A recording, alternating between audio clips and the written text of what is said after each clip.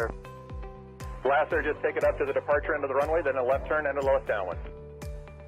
Cessna over the threshold, coming up on the white dot, at or beyond the white dot, left turn first available. I got a high wind coming up on about a half-mile final, clear to land at or beyond. Traffic on the left face, you're following a Cessna down, low off your left. Square it up just a little bit, and then we're going to get you in. Start your descent, though. Start your descent on the base. Traffic on final, give me follow on base. Base traffic, start turning toward the numbers now. High wing coming up on quarter-mile final, take it all the way down to the green.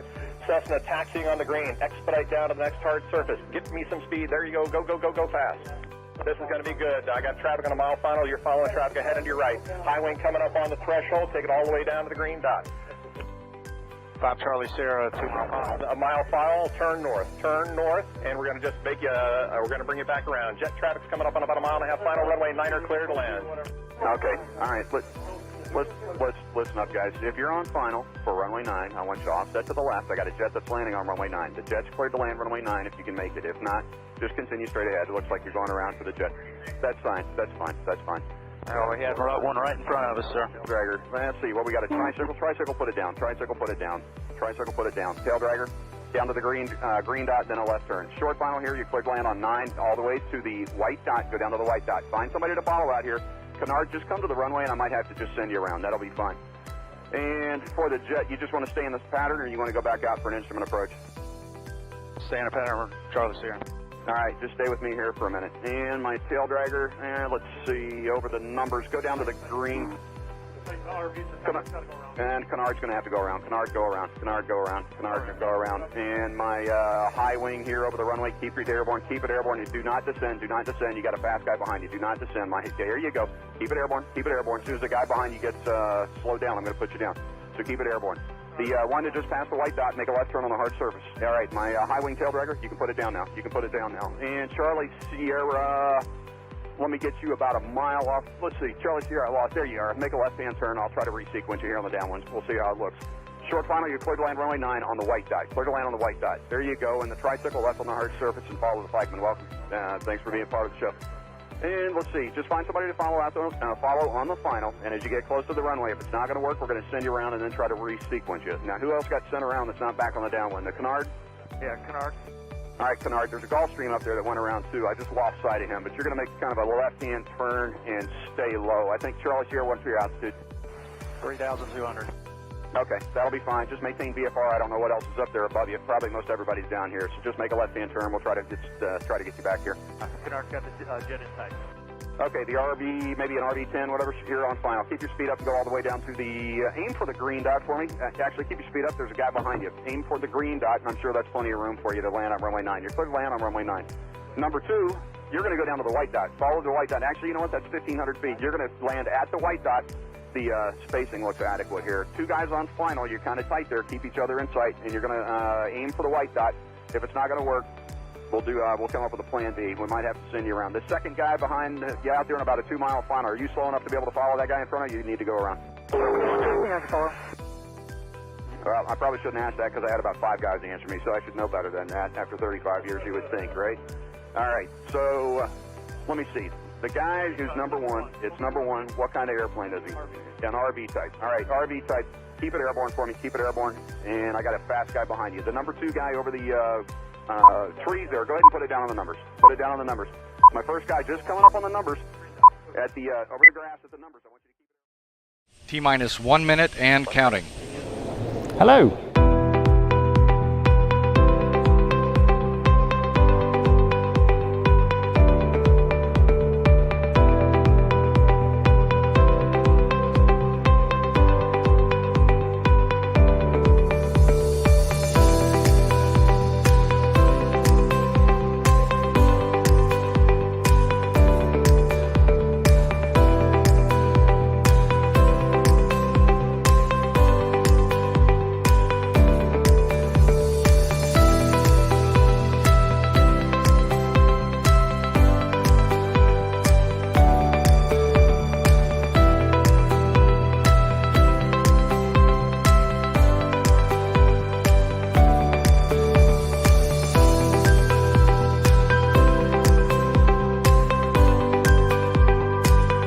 Four, three, two, one. Hello, welcome to the Fly live stream this Thursday evening. It's bloody lovely. It's sunny out. It's a bit nippy, bit windy. And hold on, everyone's not in a separate window. And we're not in a separate. We're here live from Waswick, and we have the world famous Scottie Bateman sitting there in our luxurious green room, waiting to join us shortly. So, and he'll be. I expect he'll probably tell us a little bit about his book, so which we're looking forward to hearing a lot more about that. Anyway, thank you for joining us. That'll be around 5 to 8 that Scottie will be on. In the meantime, before you say any more, Richard Kennedy says, before the guest arrives, can anyone confirm is it still okay to call a C-130 Fat Albert? You can call it whatever you like. I believe that's the nickname. Scottie will confirm. Yeah, it is absolutely okay to do that. Anyway, what do we need to do? We need to say thank you very much to Sky Demon for supporting the live stream. I've gone to the comments. I've lost my Sky Demon. Oh, no. Anyway, thank you very much, Sky Demon, for supporting the live stream. It wouldn't be the same without you. And here is your tip this week from Sky Demon on. It's funny, but it's all about finding flight plans, which doesn't feel like the season's actually started yet, really, does it? No. And we're only 2 weeks away from the longest day. Grim. If it Anyway, never arrives, here's how. Here it is. Hi, I'm Hannah from Sky Demon, and this is this week's top tip. Sky Demon gives you the option to file a VFR flight plan if you're flying abroad, for example. First, make sure that you've set up your aircraft profile, including the aircraft registration, aircraft type, colour markings, and onboard equipment. Once your aircraft is set up and you've got your route planned, you'll see the File Flight Plan button in the Warnings tab or via the Route menu. Sky Demon fills in most of the form for you based on your planned route and aircraft profile, but there are still a few things to enter, such as your name, phone number, departure date and time, and search and rescue equipment. If you haven't set up your aircraft profile or there are other items missing, you'll need to fill in the rest of the form manually. You'll get a relevant notification at the top of the form about any errors. When everything is filled in correctly and you've got enough flight plan credits, tap Continue. Then when you're ready, press Send Flight Plan, and the flight plan will be filed to all necessary recipients. You can cancel, close, or delay your flight plan under Setup, Manage Filed Flight Plans. For more information, go to our website, skydemon.aero.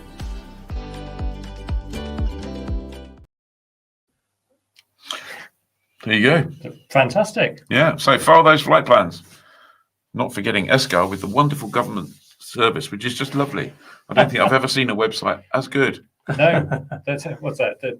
This is a message brought to you by Border Force. Brought to you by Border Force. Yeah. It's lovely people. I know. So it must be time for the weather. Now, Simon isn't with us, but I know he sent us a very special forecast, hasn't he? It's very special, from a very special forecaster. Let's check it out. Good evening, everybody. I hope that this evening finds you well. Sorry I can't be with you this evening. I'm at various different D-Day events, but hopefully I'll be with you back live and in person next week. Talking about D-Day, thought this would be quite of interest to you. This is the original working chart from the Air Ministry Met Office back on the 6th of June 1944. This is the chart that Group Captain Stagg was actually working from, and I think you've got to admit, isn't that just a work of art? I just find that amazing. Such a beautiful chart. Low pressure is in the North Sea. We've got a northwesterly flow, not entirely dissimilar to the chart that we find ourselves with today, and it's that northwesterly flow that brought the typically cool conditions that we see now. So that was the chart that the Allies were using. I just thought you'd find it quite interesting as well to see the chart that the German weather service were using. This is the Deutsche Wetterdienst. This is the chart that they had. Look at the availability of observations across central parts of Europe that were available to them, and compare that to the number of observations that the Allies had. There were some there. Observations are key with forecasting, so they did have access, but notice that they didn't really have any across the British Isles, apart from a few stations just scattered around the coastal areas, which must have been coming in from spies over here in the UK. So yeah, fascinating couple of charts. And the story of the weather of D-Day, it's been told many times today, but there's actually a book that was written by Group Captain James Stagg. So go and have a look on eBay and have a read of that. It's a fascinating book. Okay, let's move on with the forecast, though, for the future, for flying through this weekend. This is how things shape up for tomorrow. Don't panic too much about this. These fronts that are across the south are very weak, just a band of cloud, typical bases, probably 2,000-3,000 feet, tops at about 6,000 or 7,000 feet, but they may just produce 1 or 2 showers for southern England. Some showers as well for northern and western parts of Scotland. Pretty windy here.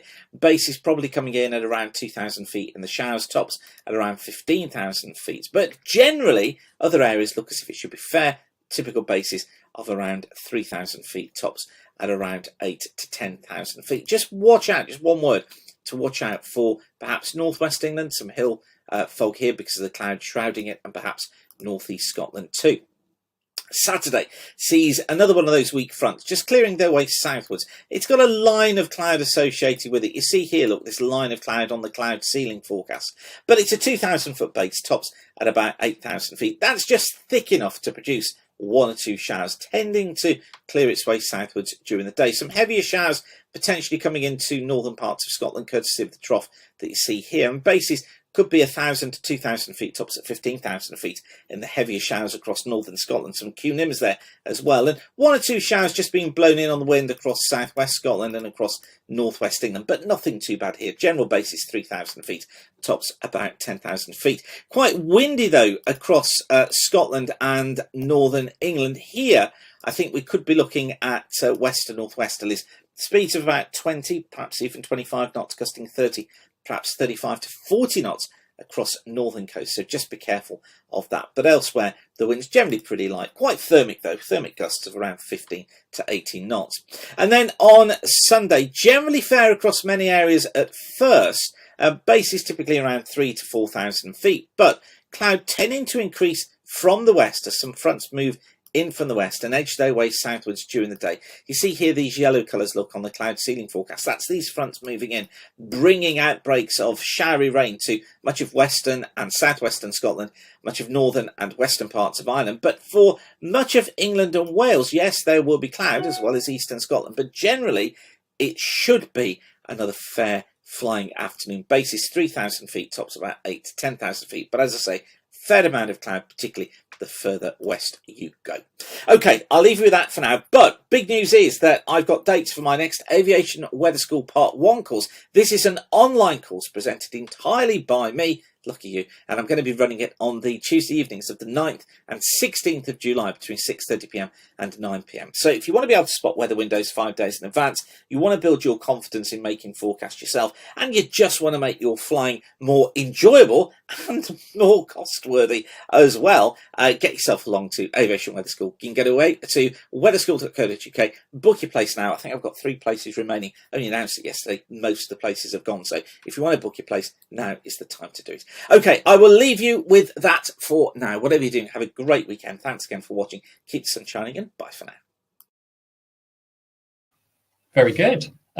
Martin Hand says, Ian, have you borrowed one of Simon's shirts? Simon was like just 2 colours. You're like, mine's much better. Yours is definitely the colour blindness test, isn't it? So, Can you not read the number? I can't see it. I fail those. The Flying Professor says, blooming heck, Simon, the D-Day maps were so interesting. They were. Fantastic. Yeah. I think that was genuine, not like a cynical. No, that's everyone's as cynical as me. No, they were interesting. That was really good. Dave. Yes. So, if you were here looking on at Livestream yesterday, yes, and Darren Rillington was here delivering a piece of his aviation art, sort of upcycled pieces of aircraft, and the question of the week is: do you have a piece of aviation decoration? What's ours? We got a couple of wings. Actually, yeah. Look, there's a like. Oh, where's it gone? We've got a fan blade. Fan blade. Right. Yeah, and there's a couple of wings that we're going to do something with. Yes. Yeah. We're going to wing it. Yeah. As we run. Again. Very good. Right. Club stuff. So, Flyer Club, I'm sure lots of you here are Flyer Club members, but if you're not, then you're missing out on our free landing offers, member discounts, and webinars. This month, land for free at Bodmin, Brayton, Peterborough Simpson, and Causeway. And obviously, webinar-wise, catch up on the AIIB one, which was really good. Lots of viewers on that and lots to learn.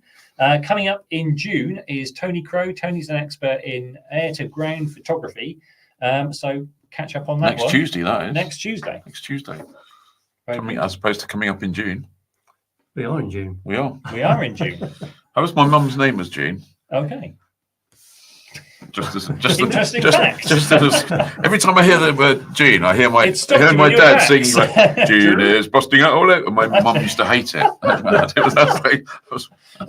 Anyway, who knew we were going to have a momentary Ian singing on the live stream? That's never happened before. No, it won't ever happen again. Yeah. Probably. Probably. Oh, well, I've lost my place. Where are we? Is it the news? I think we're into news now. We're into news, yeah. Are we? Oh, that must be you first then, Dave. And I don't think we've even got a picture first. Or did I get one for that? Right.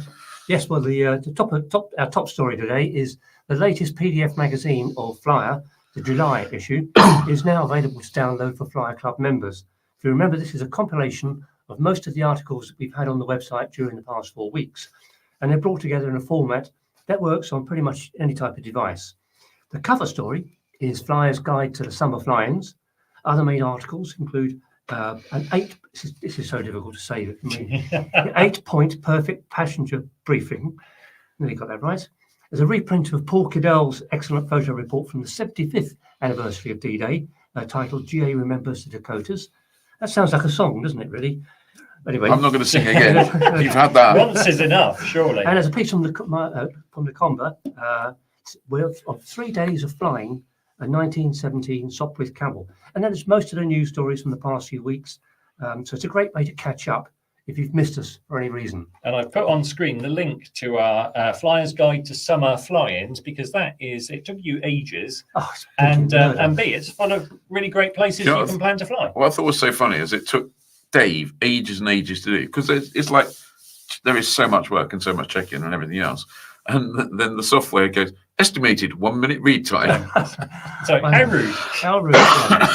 There's a lot of work behind those small words. Those event organisers keep changing their mind. Well, I'll come to that. You'll come to that at the end, won't they? Yeah, I will. Yeah, absolutely. Well, talking of changing your mind, this is not really a news story because it got cancelled in the end, but I think it's funny enough to talk about. Because I've got such an interesting life. The AIC Yellows that came out on the 30th of May, 085-2024, from Nat saying, due to late notice from staff, we may be forced to close London information for a while. We'll try and keep it to the quiet times. I don't really follow how you keep it to the quiet times if it's late notice. Yeah. Anyway, the funny bit I thought was the frequency, we'll announce that we're closing it, and then the frequency will be unmonitored. And if you need anything like basic service, open your flight plan, all that kind of stuff. Who are you going to call? You can hear all the en route frequencies, and if you're in the TMA, call Heathrow radar, Luton radar, and all that. Can you just imagine? They must have been so happy. Heathrow radar. Heathrow radar. All right, Golf Alpha Bravo Charlie Delta, P828 on a qualifying. Anyway, that must have been so much fun. We sent them a thing asking them a few questions, going, "What are you playing at?" And then completely coincidentally. Genuinely coincidentally, I'm sure it got cancelled. Someone went, this is a terrible idea. This is not going to work, is it? Heathrow are not going to be that happy with us. No. So yeah, if you want to check it out, I think even though it has been cancelled, it's still up there. So 085-2024, go have a look, go have a laugh. Yeah, it's probably shouldn't have a laugh, really. I mean, no, it sounds like a bullet dodged, really. Well, there's a little caveat that says this is going to be replaced by a NOTAM on 27th of June. So I can't remember what they call it, a NOTAM with circular something or other. So it might still happen. They might just have called it something different. We discussed this on the SkyStream yesterday, and it was like, well, maybe Siri can fill in, or possibly you remember the Microsoft paperclip that used to go, you need help. Maybe Clippy can come along and go, you need to file a flight plan or do other things. Your little GTN 750 go, ding ding ding ding ding. Excuse me. I wonder when. Is there going to be a day before too long when London information is replaced by an AI bot? Maybe they already are. Maybe that. Who knows Wow. the universe we live in? I know. Yeah. Some avionics news. U Avionics, who make the AV30 and also the AV Link. Well, that's been for experimental aeroplanes up until now, but they've certified that now, which means that you can have that in your AV30 in your aeroplane, and it will display it connects to any supported ADS-B receiver like ForeFlight Sentry, Sentry Mini, Sky Echo, or anything that with the GDL90 Wi-Fi protocol, and it means you can see live ADS-B traffic displayed on the AV30 in the panel. So it's that classic thing where they go, because they announced that a few years ago, and they went, "Oh, it'll be certified soon." And it's that certification is hard. Yes. Everything is certified soon until it's not. Until it's not. But anyway, well done, you. And nothing is certified until it is. Pushing that over the line. So, in another non-story from me today, that's two non-stories today. Today or yesterday, but as far as I can tell, neither so far. The EU were due to rule on. So basically, the EU have got a rule that says on May 2025, it'll be forbidden to transport, blend, use TEL, tetraethyl lead, the stuff that puts the lead into 100 LL, which will give us all a bit of a challenge because avgas tends to be refined in Holland or Poland, I believe. Yeah. TEL, the only place that makes it is actually in the UK, at Ellesmere. So we have the situation where it could well be that gets shipped to the US where they do the blending or something and then shipped back, which is going to do nothing to reduce the price of avgas. So a whole load of people have asked the EU to extend the ban, or not extend the ban, extend the time of which before the ban comes into place until 2029, which are almost aligned with America, which is 2030.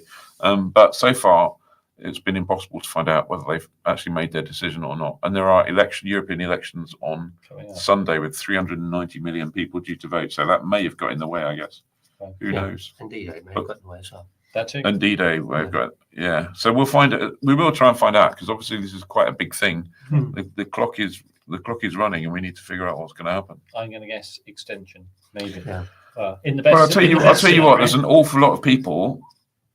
Of existing airplanes and people who sell new airplanes who are hoping there's going to be an extension because there is currently no workable solution, particularly for us in Europe, and not even the Savvy fuel. Is it the Savvy fuel? No, the GAMI. The GAMI fuel. That's it. Yeah. They're supposed to have 1 million gallons at a refinery, but I don't think that's actually gone on sale yet either. So. No, and a lot of dispute over. It's like, oh no, this isn't properly approved. So there's a thing called Swift Fuel, and Swift Fuel say that we're ASTM approved, and GAMI isn't. They're going, we're STC approved, and a lot of dispute. Exactly. You go, can we not just get on and just? Yeah, hurry up, peeps! Don't take this down to the line if you could help it. That'd be great.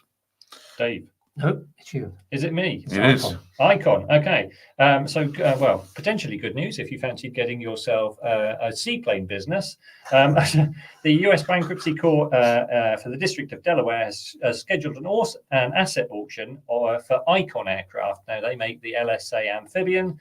That's going to happen on June the 13th. The court held a confirmation hearing will hold a confirmation hearing on June the 18th.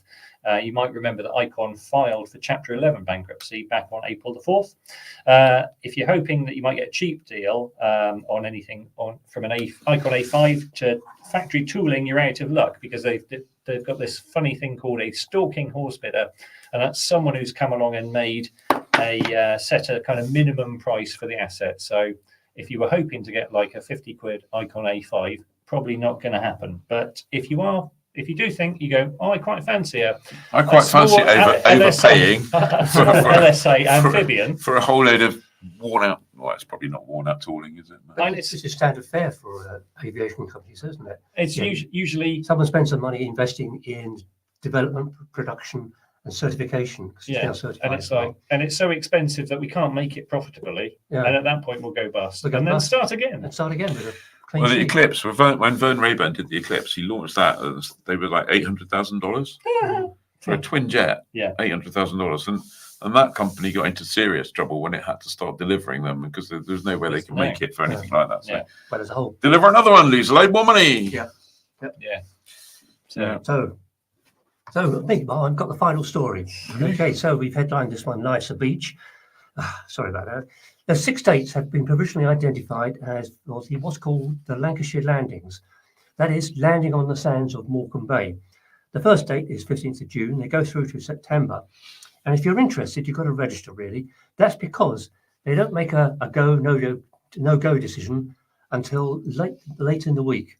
For reasons of weather, it needs to be perfect and all that kind of thing. And they've got people to assemble on to organise the day. But in our news story, there's also a very nice piece from Richard Bennison, brother of Paul, about his landings on this beach over the last few years. And interestingly, the beach at Morecambe is usually fairly firm, apparently. Okay. I can also tell you there is a patch of quicksand because a long time ago we lost a motorbike there. I was not expecting that. No, but there must be a whole contingency, because at some point there's going to be an aircraft that doesn't start, isn't there? Oh. I'm guessing everyone, it's like, push it to the top of the beach. Push it to, I mean, yeah, but that looks like a bloody long way. Yeah. Yeah. But, I think I go with pushing over watching it float away. Wow. Okay, so now we're going to attempt a trick that's never been seen before on the live stream. We're going to play you probably the world's most sophisticated commercial, which is basically us lot asking you lot to join the Flyer Club.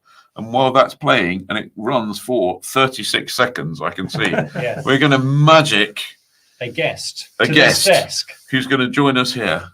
Everybody ready at their starting points? Yeah, Right. chaos could Yeah. occur. Go. We might play it twice. Hello, this video is sponsored by us, the Flyer Club. And if you're not a member already, we'd love for you to join. Members get access to all of our content, our free landing fees every month, exclusive webinars, and much, much more. It costs just £5 per month to become a member, so head on over to flyer.co.uk/membership or click the link in the description below. It's a proper good deal. It's a bargain.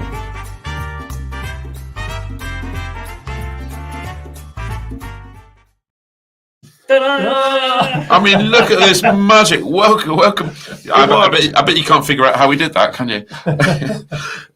Excuse me. Anyway, Scottie Bateman, welcome to the Flyer live stream. Thanks for having me. This is amazing, guys. Really is. It's a cool place. I fear you're overselling it. It's amazing. No, it is. It's really cool. It's amazing for us. It's amazing for us as well. So, that's absolutely brilliant. Well, traditionally, we always start our interviews kind of more or less the same way. We kind of introduce you. So, Scottie Bateman, airline pilot, GA pilot, author, Hercules pilot, ex-Hercules pilot, I guess now, and probably a gazillion other things that we'll find out about. And recently published this book called Hercules, which we'll find out what that's about later. Title might give it away. Yeah. But let's take a few steps back from that. How did you get into? Tell us how it all began. All began even. I was nervous. I'm sorry. Starstruck. I think it all began when I was about 12 years old, actually. And my dad wanted to give me some direction because maybe I was a little bit wayward or on the cusp of being wayward. And he said, look, let's go to an air day. And we went to the Battle of Britain Air Day at RAF Lucas, which is not far from where I lived. And I got to sit in a lightning. Back then, so that's how long ago it was. Yeah. So sit in a lightning, and I was sold. That was it. I was going to fly lightnings. That was my entire thing. I thought this is cool, and then I saw one took off, and the deal was sealed. Mm-hmm. Yeah, it just went along and up, and it was just amazing. And I said to my dad, "This is what I want to do." So to help me along the way, he bought a whole host of squadron prints off of Jill and team, and I had them plastered all over my wall, and that was it. That's how it all started. My love affair with aviation started then. Okay, so once your love affair had started and you decided you were going to go fly the Lightning, did you go straight into the Air Force, or did you learn to fly before the Air Force? Or no, not at all. So I come from a background where flying really wasn't affordable, if I'm honest, and I thought I'll join the Air Cadets. So 13 years, 3 months, straight down, joined the Air Cadets. Mm-hmm. And I went flying in a Chipmunk at RAF Turnhouse, and it was amazing. And I know, I've just recently gone back to the Air Cadets, actually in the last couple of weeks, and rejoined as an adult member to help them with drones. But, oh my goodness, back then, 13 years old, climbing into a chipmunk with, and if you've ever been an air cadet, you remember those parachutes that you had to hunch over, jump, John, and all that sort of stuff. I loved it. That was it. I was sold. Sadly, academically, not so great. So when I went to join the Air Force, although you only needed 5 O-levels to be a pilot back then, and I had 8, I was perhaps not as mature as we are now, and was a little bit young for my young age of 18 anyway, and I got offered Loadmaster. And I took senior NCO aircrew, and I joined as senior NCO aircrew. Bit of a story which you can find out about in the book. And now I have an aversion to helicopters, as probably anybody who knows me or follows me on social media will know. But back then, helicopters was where I wanted to go. I wanted to be an SAR winchman. Sadly, that didn't work out quite like that, and I ended up on the Herc. And it started a love affair which lasted 18 years. Wow. So clearly, the next bit is, how do you transition from Loadmaster to up the front? Don't give up. And you know, I know that sounds ridiculous, but don't give up on your dream. My dream was I wanted to fly Lightnings. Lightnings had gone by then, but I wanted to fly, and you know, I just kept going, and it came to 26 years of age, which was kind of the cutoff back then. It isn't that now, and I thought, well, one last go, you know, do or die. Went and did it. Didn't hear back. Thought I've kind of mucked it up. I'm done now. I'm just happy with my lot. I'll just be a Loadmaster and work on that. And a few things happened, and then I ended up going through pilot training, getting pilot training. Right. You find out a bit more about that in the book. Wow. Obviously. That reminds me of not that I want to talk about another author while you're here. No, you can please do. Mandy, yeah, when she wanted to become a pilot and got offered at ATCO. Yeah, and then swapped over. Signed up and swapped over. Which I have to say, It's I think that book, kind of by the way. it is a great book. Yeah, it's kind of, and I'm sure that's a great book. I just haven't read that one yet. But it's got to be something quite tough to go, okay, well, that's what I want to do. That's what I've been offered. I'll do that, and I'll figure out a way. And that's because it's it's not. There must be people it's probably not 100% success rate to go from Loadmaster to pilot, or from ATCO to pilot, or something like that. So it's quite a brave, determined choice. You can always say no. You can always leave. Yeah. So but it's much easier to get a role if you're in the job and you're proven and you've got all those things. So if you've got if you've done really well as a Loadmaster or an ATCO and proven your mettle, getting a recommend from your boss, who's a wing commander, when you go to OSC, they say, well, actually, I've got a wing commander here who already says he or she should be doing a pilot, and I think that's exactly what happened to Mandy as well. Yeah. And it smooths the path. You've still got to meet the bar, but that smooths the path. And if there's any humming and hawing in the background, I think, well, okay, benefit of the doubt. And I must have got the benefit of the doubt because, I'm an average pilot. I was an average Loadmaster. I have to work really hard at being average. And, there we all. Yeah. And, it was tough. Pilot training was actually, because I'm not very academic, and pilot training there's a lot of academics in RAF pilot training. Way too much. In fact, I find it really tough. Really, really tough. But clearly, you made it. I did. Yeah. By hook or by crook. So just a little aside here. There's a techie issue been reported by Catkin. Some flashy back of laptops. I don't know if it's just mine, or if you need to push on a little bit forwards. And as Crispin says, we're in the Wadswick Disco, which is kind of true. Okay. So I think it's probably time to have a quick look at So now you've transitioned from Loadmaster to pilot. Time to have a look at. Tell us the story behind a couple of Hercules shots, if you like. Well, first of all, just in case you can't see this book here, there's another version of the book. It's available in all good bookstores, Amazon, everywhere else. Go buy it. We're going to read it. Times bestseller, no less. It is. I'm going to stick a link in the comments. And Scottie almost undersells it there. Times bestseller and #1 in category on Amazon at the moment. Fantastic. Thank you. Fantastic. There you go. What's going on there then? There we go. Oh my goodness. Is it fireworks night at the Mets? It is. Actually, these are two 47 Squadron aircraft. there's a load of dead flares, and they were going to do a photo op, and that actually is the Bristol Channel. Oh, so it's nowhere Warry. Okay. Well, I don't know. Bristol can be a bit dangerous on a night out. It's in Photoshop because the water looks blue and not brown. Yeah. It was a few years back before they started dumping sewage in it. But no, it's a beautiful picture. I want to go back actually to something that somebody asked earlier about Fat Albert. Yeah. Can we call it Fat Albert? Of course you can. And why is it called Fat Albert?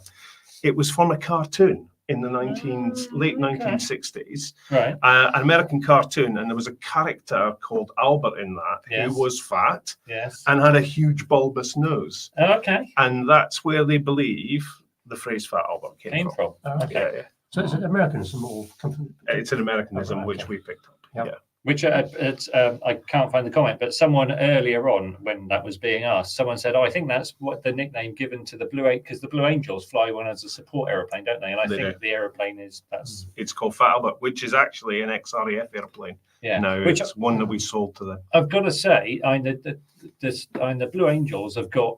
They famously had a Hercules with the JATO packs. I'm guessing you never got to try one like that, but that would have been fun, right? So all of the K model, or the E model as they called it in America, had the ability to fit J2. Yeah. It was only ever done once or twice in the RAF for trials purposes. What's J2? So it's jet assisted takeoff. Right. So you put essentially four canisters where the paradoors are at the rear, very close to that. And these are a one-shot deal, effectively solid rocket boosters. Right. You press the button and off you go. Wow. And it didn't, I never flew an aeroplane with it, but it did work in the sim. And did it? so if you ever wanted to give it a go, you could actually have a little go in the sim with it. So once you fired it, you couldn't unfire it? No, solid. It's like solid. Don't press that. And it lasted for what, like 15, 20 seconds? 20 seconds. Give you the power of about 1.5 engines. So it wasn't massive amount of power, but it could lift you away from, it was designed to lift you away from ground threat or to give you faster acceleration on very small strips. Wow. Right. Oh. How many JATO packs were there for an airplane? So 4 on either side. You can, if you Google it after you finish watching the live stream, go and Google JATO Hercules. It's worth doing. Yeah, watching the Fat Albert take off. They used to do it at air displays, and it just amazing. Yeah. I wonder if any RAF stations sort of said, "We got one of these. We could light the bonfire with it tonight or something." What's interesting, and as this is a tiny bit left of the lights, but there was a JATO demonstration when they were first testing it out. Do you know what airplane they strapped it to at Edwards Air Force Base? A Cessna 182. No, an air coupe. Oh really? Oh wow!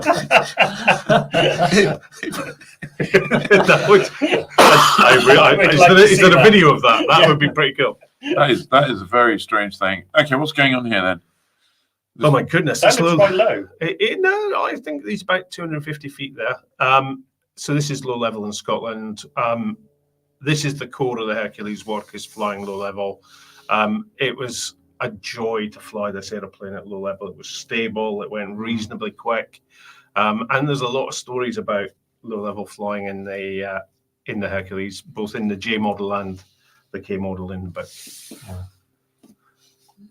I remember when I was doing a reval one year, just out of Enstone, and we went over the area, the Bryce Norton area, close to there, and we were doing a PFO, flying into a field, and just as we were about 500 feet, the instructor said, "Okay, you're okay for this. Let's go." Hercules underneath us. I hadn't seen it come at all. We just came out of nowhere. That was handy. It was, Yeah. Okay, and this one's just gratuitous Hercules porn, isn't it? Oh, it is. It's an amazing photo, actually. A lovely photo. Low master standing at the front, and obviously you can see both pilots and the flight engineer, because flight engineer in this particular aeroplane. Tell me, is that an Astrodome at the top? It is cupola, yeah. People still don't use that, really, do they? For anything? What? I don't know. What would you use it for? Apart from turn it upside down and topping up your turn or something. No, you turn it upside down and make it into a really big punch bowl. In flight. So during the aircraft had these originally, and it's where the roof escape hatch would be, the flight deck roof escape hatch. And during the Falklands War, they decided that they're going to have to do fighter affiliation. Potentially fighters coming out they need somebody up and a couple are looking out. And they couldn't find any. And actually, where they found one was actually in 30 Squadron at RAF Lynham. It was being used as the punch bowl. Yeah, so they cleaned it and polished it and stuck it in an aeroplane, and off it went to the Falklands. Wow. Wow. That's amazing. So, the same way that you'd always wanted to fly the Lightning, had you always, once you were flying the Hercules, did you always think, one day I'm going to write a book about this airplane? No. No. So that came about, as all good stories start, over a few beers. Over a few, yeah. Good. So I was in the RAF club with John Nichol, and he's wrote a few books as well. Yeah. And we were having a beer with some friends, and John said, why don't you do a book about the Hercules? Hercules is coming to an end, blah, blah, blah. And I said, look, I can't speak English most days, John. How am I going to write it?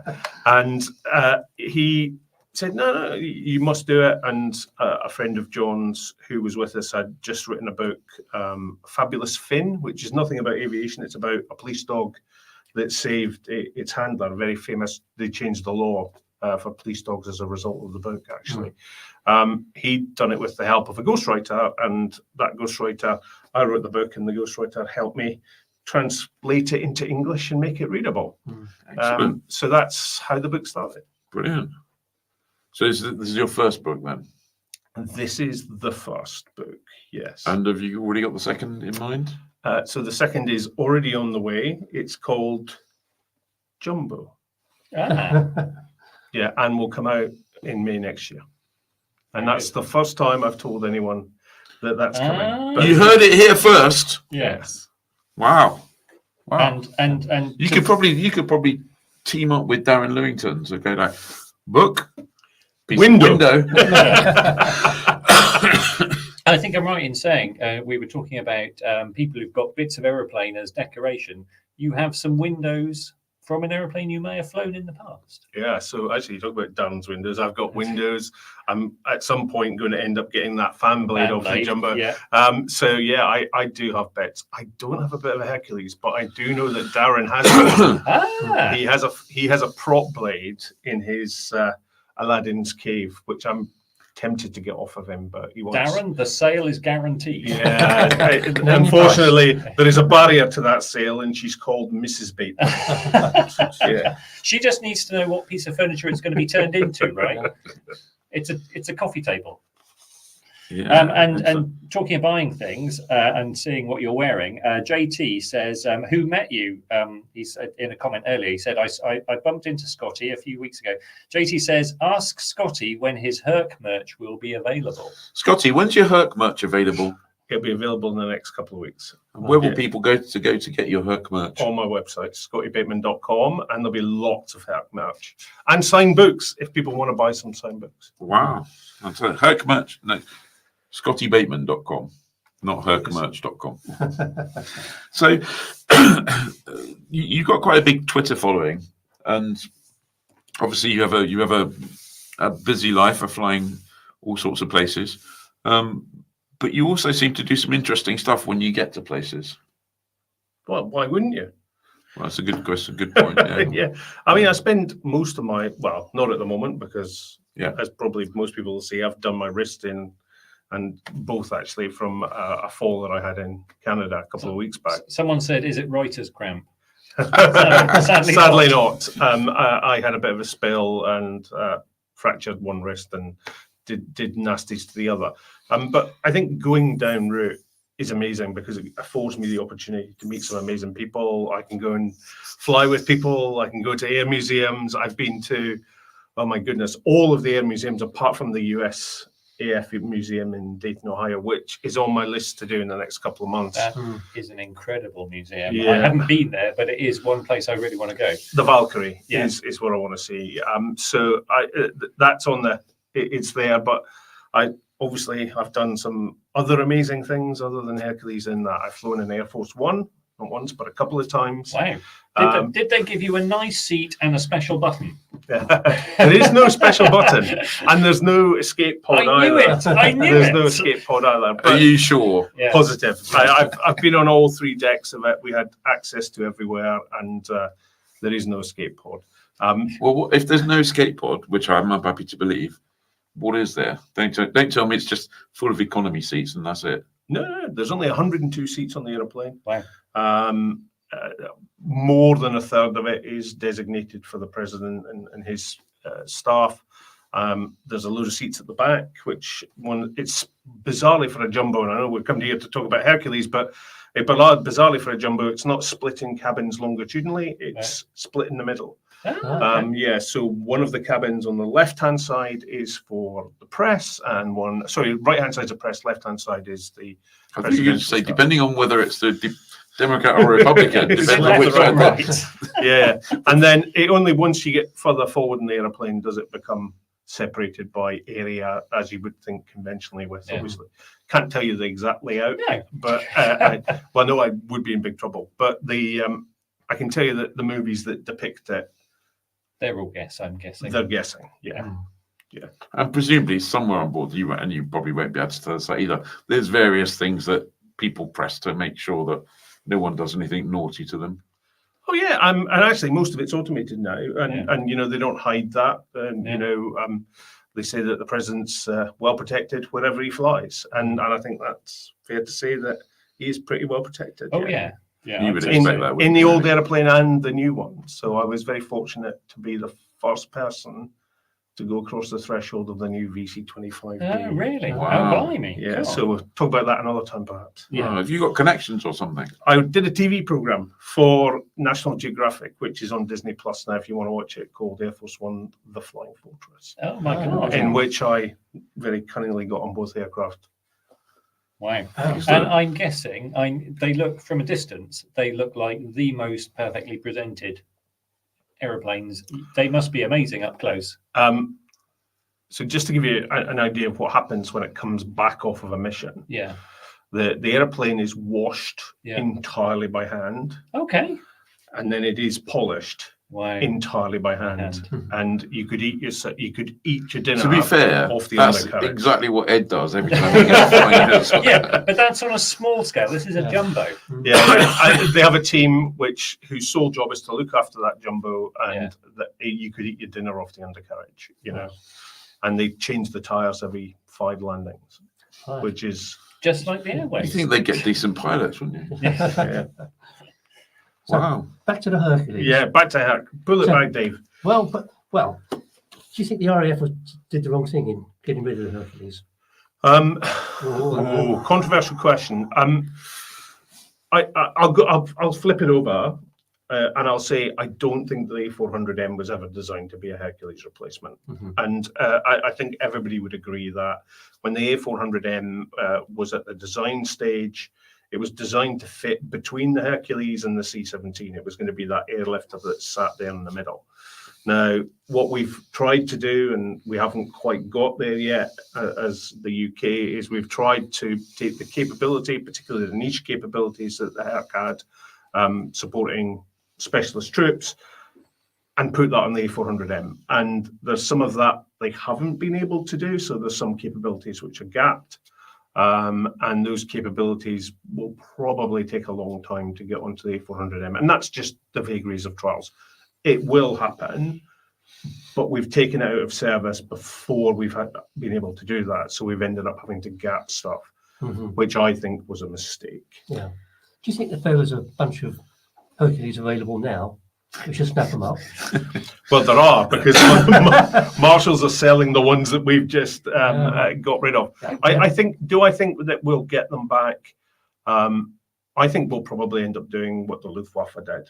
And the Luftwaffe took the A400M to replace the Transals and some other aircraft. And they've actually decided that they're going to have a small fleet of C-130Js as well, with extra capability to fit into those niche roles that we've talked about. Now, I think perhaps 5 years from now, maybe less, we'll realise that actually we have made a bit of an error, and we'll bring back a very limited amount of C-130s just to fill in some niche gaps. Fortunately, we're living in a world that's incredibly stable, and there's no requirement for those kind of capabilities. For any kind of capability like that. In the comments, Mike Roberts says, what other RAF multi-engine would you have loved to have flown? Oh my goodness. So I did fly the Islander for a while, which was lovely, a turbine Islander based in London for a short period. Was it grey? It was grey, and it was an amazing job, but we can't talk about that. No. So what would I have wanted to fly? I think I'd probably wanted to give the Vulcan a go. I think anyone who didn't really want to sit in a Vulcan and push those thrust levers all the way to the front shouldn't have got their wings. Shouldn't have got the wings. It was gone before I started, but you know, I did sit behind and tank behind Victor, so you know I've seen the V Force, but I think a Vulcan. Yeah, to hear that howl from the inside and the whole you touched on the whole air-to-air refueling. I mean, is it harder to tank something big like a Herc than flying? You know, do you think it's easy to do that in a smaller airplane, or is it the bigger airplane make it more stable, or is just air-to-air refueling? Because we don't have many people on that can talk about this. But is that a difficult task? I don't know what the contrast is between, because I've never done it in a fighter. But the problem with this is bow wave. So you know, you push air in front of you. Oh, right. So when you push air in front of you, if you don't do it linearly, then actually the basket moves and you miss it. And you'll see the basket does this all the time. And so I'm guessing a Hercules has quite a big bow wave. It does, yeah. So that's probably why it's got that thing on the nose, like the super tankers have that. But it you know, the Hercules had other problems that fast jets don't, in that our fastest speed is not anywhere near the Victor's slowest speed. So they had to invent something called tobogganing, whereas where you would do plugged in a dive. Oh my gosh. So yeah, and they had to do that in the Falklands War, and we talk about it in the book. And you'd start this about 27,000 feet. You plug in a slow dive, and you had to get all your fuel in. Come on! Before you got to the ground. Suck, guys, suck! Or because if you unplug, you're now so much heavier, so you can't climb up to get back to where you would start the toboggan again. So there's a story in there where going down to the Falklands, one of the longest flights ever in a C-130, a record-breaking flight, they got down to about 1,500 foot over the sea before they got enough gas. And at that point, they were dodging CBs and stuff. It's an amazing feat of aviation, and the pilot got a very nice medal for what they did. It's a bit like, yay, we have fuel. Oh crap, we're so so obviously, I'm guessing that particular story is not yours, but it sounds like you've compiled a whole bunch of other Hercules crew stories. There are 25 stories in here. Right. Not all of them are mine. No. I kind of narrate in between the stories. There's two notable ones which come to mind are, one was made, two have been made out of a film. Two have been made films. So Juggernaut, do you remember Juggernaut? Don't talk to me about films. I'm 1974 was Juggernaut came out. And that was about a bomb threat on the QE2. Which was a real story. There was a bomb threat on the QE2, and we sent a Hercules out, and a guy four guys jumped into the water, got picked up by the derrick and taken across the boat. One of those individuals, that was his first ever parachute jump. Wow. Yeah. So, baptism of fire. I wonder if it was his last ever parachute jump. It probably was. Do that again. We, a couple of weeks ago, we had a book launch, and one of those four individuals talked. It wasn't the guy who'd done his first jump, but it was the guy who'd taught him how to use a parachute on the way to his first parachute jump. Which is on the flight out. Never practice anything. You need to get right first time. Reserve, you won't be needing that. So that's one tale. What's the other one? Entebbe. Okay. So radon Entebbe, very famous. Lieutenant Colonel Josh Oshani, as he was now, he's retired Brigadier General Josh Oshani now, led 4 Hercules to save all of the Jewish captors in Entebbe. An amazing story. The bravery. It was the most audacious raid I think that I've ever heard been used as a Hercules, and they got away with no hostages being killed. The only fatality was actually Benjamin Netanyahu's brother, who was the head of the SAS, the Israeli SAS team, Special Forces team. Yeah. Wow. Wow. And I'm guessing mounting some aeroplanes you would mount a raid in happily because they might be fast or manoeuvrable or stealthy. That's neither. That's probably feels like a massive undertaking to mount a raid in a Hercules. Well, they had to go a very long way, yeah, very quickly and very low, and and with complete radio silence. And they flew 4 Hercules in formation at less than 50 feet. Ooh, less than 50 feet. With night vision goggles, probably over Enstone, Dave. Yeah, with night vision goggles that they'd actually never flown with previously. So yeah, they'd driven around the airfield using the night vision goggles to practice.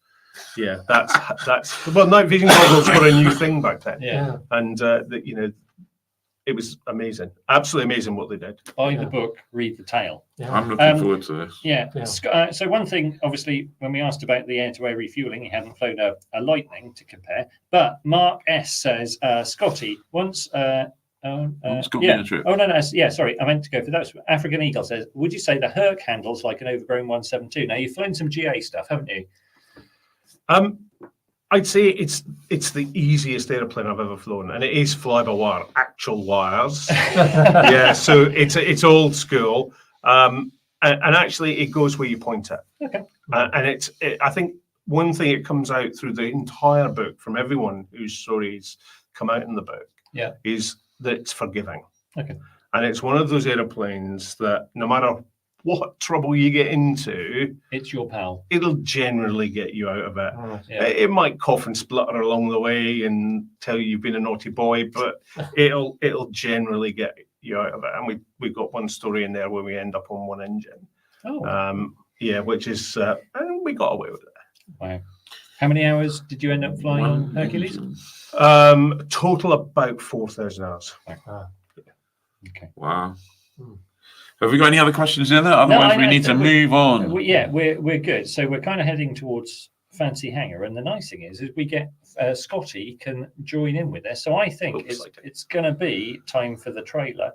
And if you've got any more questions, we'll circle back around to those. But I'm looking for the thing. Oh no, we both went for it. You think?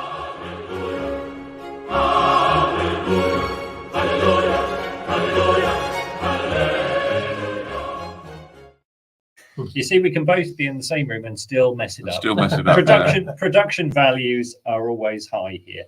So, Fancy Hangar this week, because obviously it's the 80th commemoration activities for the anniversary of D-Day, we decided to pick aeroplanes from D-Day that took part in the event for our Fancy Hangar. And quite frankly, there's a wide array and some good choices. Absolutely. Who's first? All right, well, Dave's first on the list here. Well, then Dave should go first. Well, okay, I've gone for what they seem to be the obvious choice, but someone had to choose it.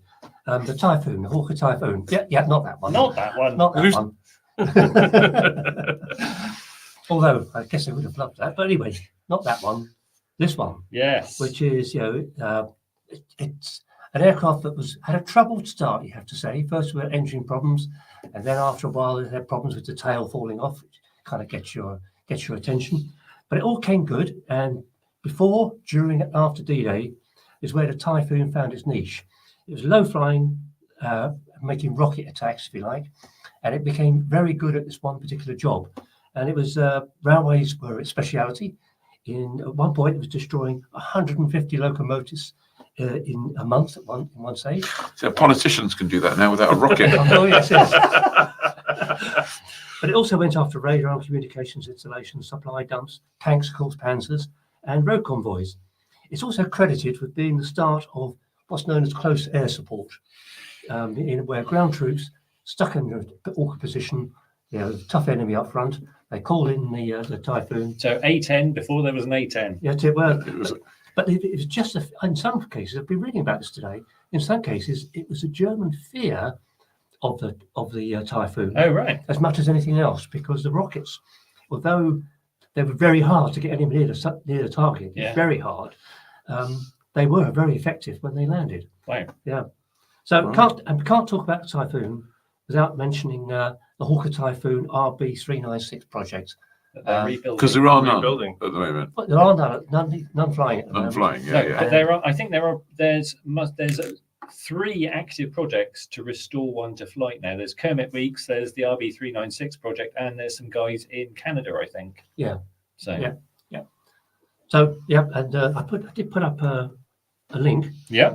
So that anyone's interested in the Hawker Typhoon project, which is a really, they are making great progress on this. Good, worth having a look. I'll stick it in the comments. Yeah. Ian, must be you. It is me. I mean, it was difficult to choose, but clearly somebody had to go for the iconic C-47. Oh, yes. So the military version. I mean, that is just a stunning. A, that's a stunning looking airplane. B, it's an iconic airplane. This is the C-47, the military version of the DC-3 Douglas. You can see it's got one of Scott's punch bowls in the top. Yeah. It had a couple of other differences, like a cargo door and a bit of stuff at the tail, and it was capable of towing and all sorts of other stuff. I think when you think of D-Day, you do think of the C-47, don't you? Yeah, absolutely. And one of the things I was looking at the numbers. There was something like 10,000 built. Wow. And they were built in kind of 3. I think one was in Santa Monica. Someone was somewhere else that's really posh in California now. Yep. And there was a whole bunch in Oklahoma. And the place in Oklahoma had I guess the record for the C-47 production. It produced, I can't remember the exact number, but it was something like 320 per month. Wow. I mean, do you imagine building 320? 320. I mean, so like 300. That's they would definitely. I'll do the maths. That's 640 engines a month. Like you order a Lycoming now, it's 18 months before you get one. Yeah. So let alone 640 a bloody month. These guys would top the gamma charts. They would like if you went to these guys, you go, hey, we're the best selling aircraft. We built 600 Cirruses this year or something. They go, try 300 a month. Yeah, try. I mean, that's the logistics to build that many. Yeah. Well, I mean, when there's a war on. When there's a war on, yeah, absolutely. The logistics of 3D printing drones in Ukraine. That's it. Yeah, it is. I guess you want to know what I've picked, and I think this might be a popular one. And it's got some rockets on, like Dave's choice. So I picked this, the DH Mosquito. So on the evening of D-Day, Mosquitoes mounted an anti-shipping strike from RAF Portreath in Cornwall to the south and west of the invasion beaches. They destroyed 3 Setia-class destroyers, attacked with rockets and cannon fire. And, having successfully done that, the guys in the Mosquitoes, they were returning back to base, and then they saw a formation of Ju-188s and went, we'll take out some of those as well. The Ju-88s were attacking Allied destroyers, and 2 Mosquitoes downed some of the Junkers. So, and then as D-Day was drawing to a close, then they used Mosquito night fighters as well to go and cause some disruption. So great aircraft, not as iconic as C-47 for this particular thing. I agree. But, I agree. And the nice thing is because Scottie's here and we were able to ask him what he might pick, he's got a choice too. So Scottie, what did you go for? I went for something which probably nobody else in the world would choose or even realise was there on D-Day. Yeah. I went for my favourite warbird, the Westland Lysander. Oh, yes. I know the Lysander did take part in D-Day, in fact, got the D-Day stripes there, but weirdly, never had the D-Day stripes on the wing. Well, I'm guessing a bit too obvious. Yeah, would have made it a bit too obvious with those white stripes on the wings. So, it's just the Lysander is an engineering marvel with, in fact, this great picture shows you the leading edge slats, which come out using springs when the airplane slows down. It's just built for one job of, putting people behind and picking them up from behind enemy lines, spies, basically. And it was an amazing airplane to do that. That particular picture there, that one looks like it's had a fairly tough life. Well, I'm guessing anything in D-Day. It's not like Air Force One. They haven't got a team polishing it every time they land. But it's enormous as well, isn't it? I mean, unless you've seen one of these, you think, it's a single engine radio, but it's enormous when you stand next to it. Given that you do get to get your hands on some interesting things and go flying in interesting things, have you been able to fly in a Lysander? I haven't yet. Surely, but there's a bus coming. Hopefully, you can. I'm going to be doing a project hopefully in the future that will allow me to do it. Wow. Excellent. Yeah. Wow. Well, you must come back and tell us about it. Yeah, fantastic. I that was on my list as well, actually. I figured out I'm only ever going to get to fly one if I buy one, and that's not going to happen. It's not going to happen, sadly. But, well, there's a couple. There's one in Canada as well, which is. Yeah, there's a good video on YouTube of that one in starting Canada. up. Yeah. It's not gone well for me over here because I accidentally, when we're doing it like this, I'm in the studio, but I'm not in the studio, and I've just accidentally left the studio, so I've lost all the comments. So, so tonight I can't declare myself the winner. So, here are the comments. Claire B. Yeah. Ian wins tonight. African Eagle. D-Day wins. Okay, fair enough. There was a Eretiques. Sky Judder, Dave had it by a nose. Undernose radio. No, he didn't. Catkin saying, I'd say it's an even. No, we've had enough of this participation medal stuff. There's got to be winners. There and must losers. be a winner. Is there a clear winner? There were a few votes for the Mosquito. I seem to remember. All 4 win. Ian's got this one. Ian's got this. I think, yeah. Yeah, I think you have. Oh, Skycrow, Ian was. Oh, you're all winners. Oh, there's a Scottie wins. Yeah, there's two Scottie wins. It's an over. Thanks, team. Oh. Mark Litherland have to go for the Typhoon. I've got a few comments coming back now. Thank goodness for that. So, Darren Lewington did say of probably the big, well, not the big winners, but the people we should recognise are the D-Day veterans who were able to participate. Indeed. Yeah. Yeah. No. Absolutely. Yeah. It's. I find it hard to imagine, never having been in the military, what it must be like when you're doing stuff like that, and there are literally other human beings trying to kill you. Yeah. It's like I'd be like, what are you doing? Stop it. It's a dirty business. It is. Yeah. It's. And it's not nice. No. Yeah. No. It must be. I remember we talked to a chin-up chick. Liz. Liz McConaughey. Yeah. And we were talking to her about that, and she was going. We were talking about the dirty business of war and stuff like that, and clearly it's not a glorious thing. But she was going. There is a moment where like you can tell that people are shooting, and you go, mate, stop it. Like, if you don't stop it, I'm going to shoot back with my minigun. It's all going to be over. It's really, for those of us who've never been in situations like that, it's just, I find it impossible to get my head around about how that must feel. Yeah. It's a job. Yeah. And I know that sounds very clinical, but it's a job, and people petition it, and that's a job. And then Liz talks about that quite a bit. You know, that was her job, and sadly now Liz and others are suffering as a result of that. Absolutely. And working through it. Yeah, absolutely. Yeah. Fantastic. Wow. I was going to say one more thing before we went, and that's just I'm sure everyone knows this already. And talking about your Lysander, there, if you haven't read their book, We Landed by Moonlight by Hugh Verity, go make that the second book you buy after Hercules. I'm glad you said that, because I was about to say that as well. But it is a great book. It's a great book. It's a great and book. buy Mandy and Liz's book as well, because absolutely both great books as well. No, indeed. I'll pop the link back in the comments. Just a reminder one more time. But yeah, look at that. We're magically we're a little bit over time. Yes. Right. So events this weekend. What mentioned earlier about organisers changing things. The Carlisle Airport flying, which is due to be this weekend, has been postponed. What is on from today, Thursday, until Saturday. There's the France Air Expo at Lyon. Tomorrow, Friday to Sunday, there's a Guernsey Air and Rally on in Guernsey. Saturday, the 8th, Vintage Piper flying at Sywell. The LAA Bristol Strut flying at Oaksey Park. Saturday and Sunday, there's the Vintage Aircraft Club 60th anniversary flying at Brayton, and there's also the Barton flying. Fantastic. And Darren from Eretiques says, can we get Scottie back? He's a top chap. I know you just want to sell that Hercules propeller blade, Darren, but we agree. It will be maybe. And I only live round the corner, which is handy. Exactly. Yeah. Brilliant. Okay, I think we're there. Thank you very much, everyone, for watching. Thank you, Scottie, for coming along. Thank you, team. Have a great weekend's flying. We'll see you next Wednesday if you're members, and if you're not, why not? So Wednesday afternoon for our Skype stream half hour, and then next Thursday for the next regular live stream. So I think that's about it. Thank you very much, everyone. Fly safe. Bye, everyone. Bye.